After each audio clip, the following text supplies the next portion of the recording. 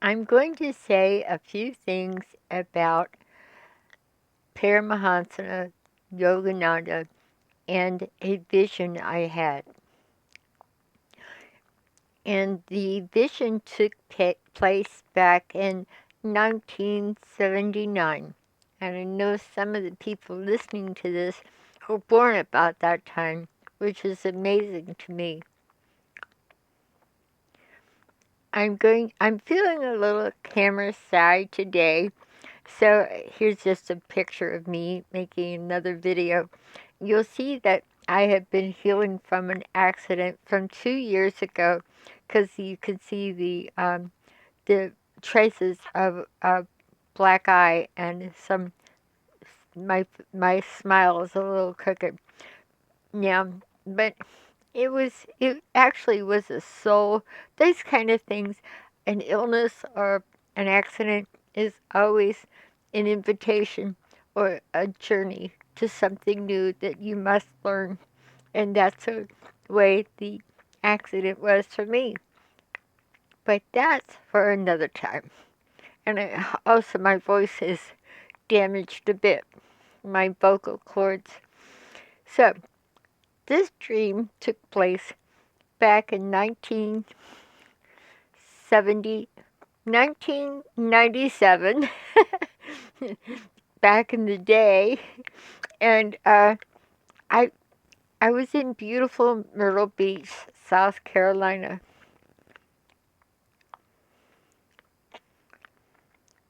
In the middle of a dream, and at that time, this had not happened to me before, not like this. I found myself flying through the air, and it was very much like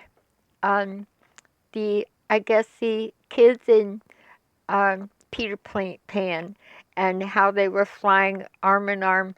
And on one side of me, I had a very silver looking fellow with a, a beautiful smile, kind of pixie like, although a full size human. And then on my left, there was another silver type individual, but he was more there for balance.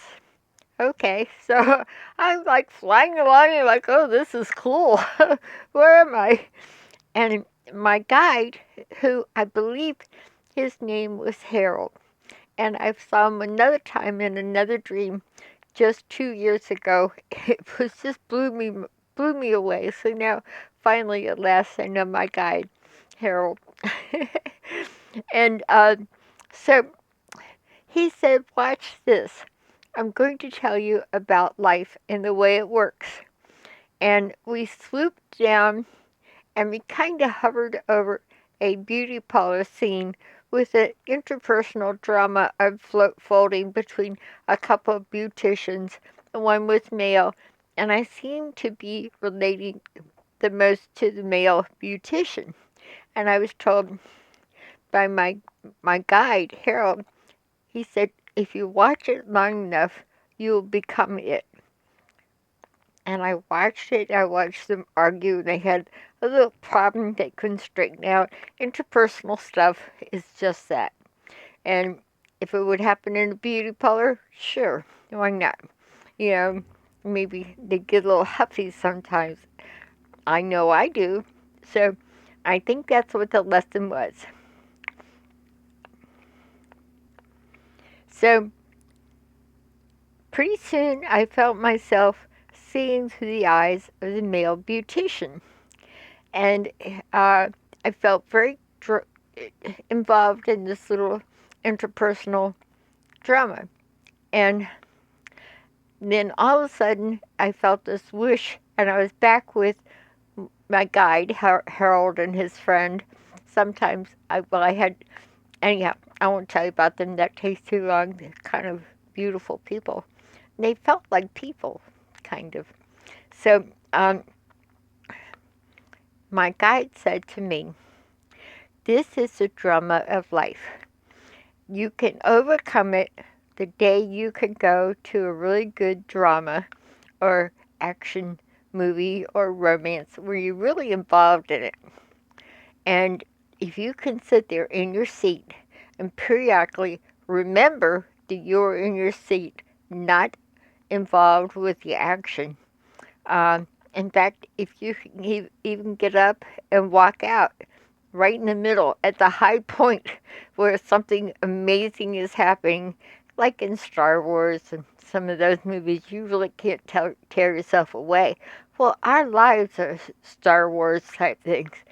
And I,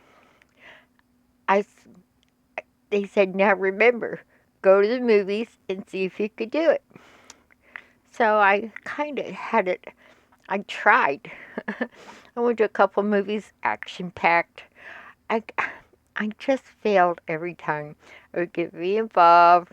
Would the hero make it? Would the bad guys get it? Yada, yada, yada. So um, that was that. And I kind of worked on it off and on throughout the years since, but I never did a good job. Let's fast forward to, uh, let's see, it was 2 years ago, so that would be 2017, 16 or 17. I I'm now in California, and I'm studying Yogananda's teachings through Ananda. Uh, it's an organization that perpetuates his teachings, and I found this video. Wait till you see this. This is a recording of Yogananda's voice, and believe it or not, I certainly didn't plan this. It's the way life works, isn't it? Right down the street from me is a movie theater that Yogananda would take to his disciples to back in the 30s, and actually really mostly the 40s. And he was a great teacher, and he would take them to the movies, and they would wait, and he would wait until they were right caught up in whatever drama, cowboys and Indians, who knows. And then he would tap them on the shoulder and say, "Remember, it's a movie." Okay, how annoying is that? And he would point up to the stream of light coming in over their heads, and he could see the guy running um, the projector reading a book because he's bored to death, and he'd seen the movie already 100 times. So he this was one of his favorite lessons, that life is just a dream. And it's God's dream. And I had another dream, and it said, in the beginning there's God, and in the end there's God, but in the middle is just a dream. So I'm going to try to play you just a few teeny bit of this for you, and then I'll leave the URL underneath in the comment section, because this is copyrighted, and I know really can't play it too long before I'm flagged for copyright.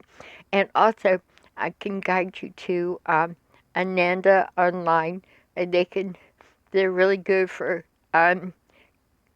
studying Yogananda if you find yourself interested in it. But this does show, you have to figure, he did this little lesson in the mid 40s. That's 1940. Most of us were not born by then, and including me. And I think I had read his book, his autobiography by then. It was really, really, this is one of the most excellent books you'll ever read in your life. Um, so I can leave you a link to that book as well. The audio version, the book is good too, is better. So um, here he's had this experience. He's passed into spirit. His teachings continue in Encinitas and in Ananda and different places all over the world. And but then, how many years like that? Like 50 or 60 years later, from the time he gave that lesson to his disciples, there's me in Myrtle Beach, and it was quite beautiful there. I love to meditate there. I think that's what encouraged this to happen. And um, so there I am 60 years later. I'm having a dream by my guide, Harold, and his friend. Thank you very much. And I remember flying and being told about the movie theater. Okay, many years later, in a whole new century, I'm sitting in Encinitas where Yogananda would take his disciples at the very theater. It's right down the street from me. And it's kind of a really funky old fashioned theater right now. It's kind of a landmark for Encinitas and Yogananda's where he lived. So, in fact, they even have a Swami's beach. They have many things named after him. So, and people, he's well respected. Of course, he's a great guru. And so I just thought that that's so proved that what he was saying was amazing. And there I am 60 years later, sleeping, and then I'm flying with these amazing people. I call them people. They really thought they, I know they're spirits, of course, spirit guides. And then it was a couple of years ago, I had another dream with the very same spirit guide. I looked all over the internet because I wanted to try to visualize somebody that looked like him. You're not going to believe it. Well, that's for another time. Perhaps I'll show you the pictures that I found that look like Harold. And quite ordinary, only very silver in color, and a beautiful smile.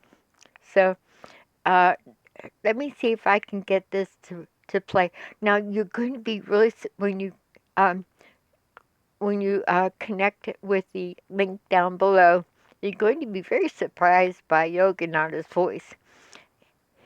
He was kind of a little guy. He had a voice where if he went to Carnegie Hall, everybody could hear him. No problem. His voice and the power behind his voice is amazing, and he was powerful.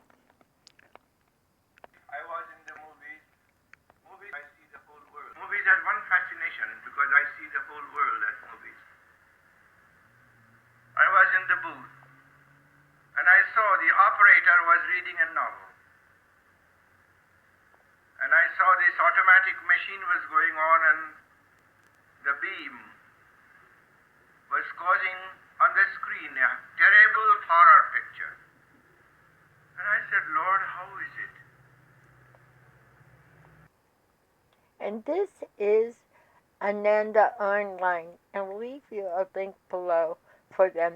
I must say that since I have been listening to their lectures, and I have been for maybe 3 years, maybe 2 years, I listen to them at night. And ever since then, I've had magnificent dreams, and also really just just enlightenment. And isn't that what we all want? At least some people want enlightenment. Other people run for it.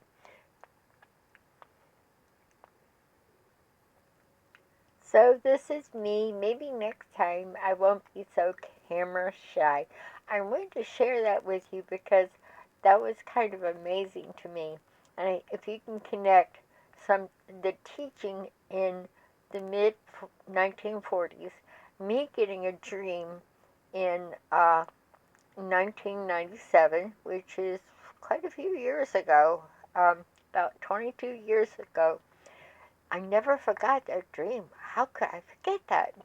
And then just now I live all the way on the other coast, all the way from Myrtle Beach to Southern California, and I end up studying all the teachings of Yogananda, and I hear this tape recording, and it turns out this was a central part, a really major part of his teachings, and but it is copyright, so if I'll just run it through YouTube. I might get flagged for it because that is copyrighted. But I'll give you the whole link down below, Ananda, and if you're interested, only if you're interested, um, autobiography of a yogi, which is his main teachings. And that's about all. Maybe some other time I can have the time to tell you about the other dream I had. This very same guide. This time we were flying in a plane. Apparently, Harold likes to be up in the air flying. It was a very cool dream. So I'm glad for these teachings. And I'll say adieu. This is Sahara. And always remember, in life, you're doing one of two things. You're either walking towards God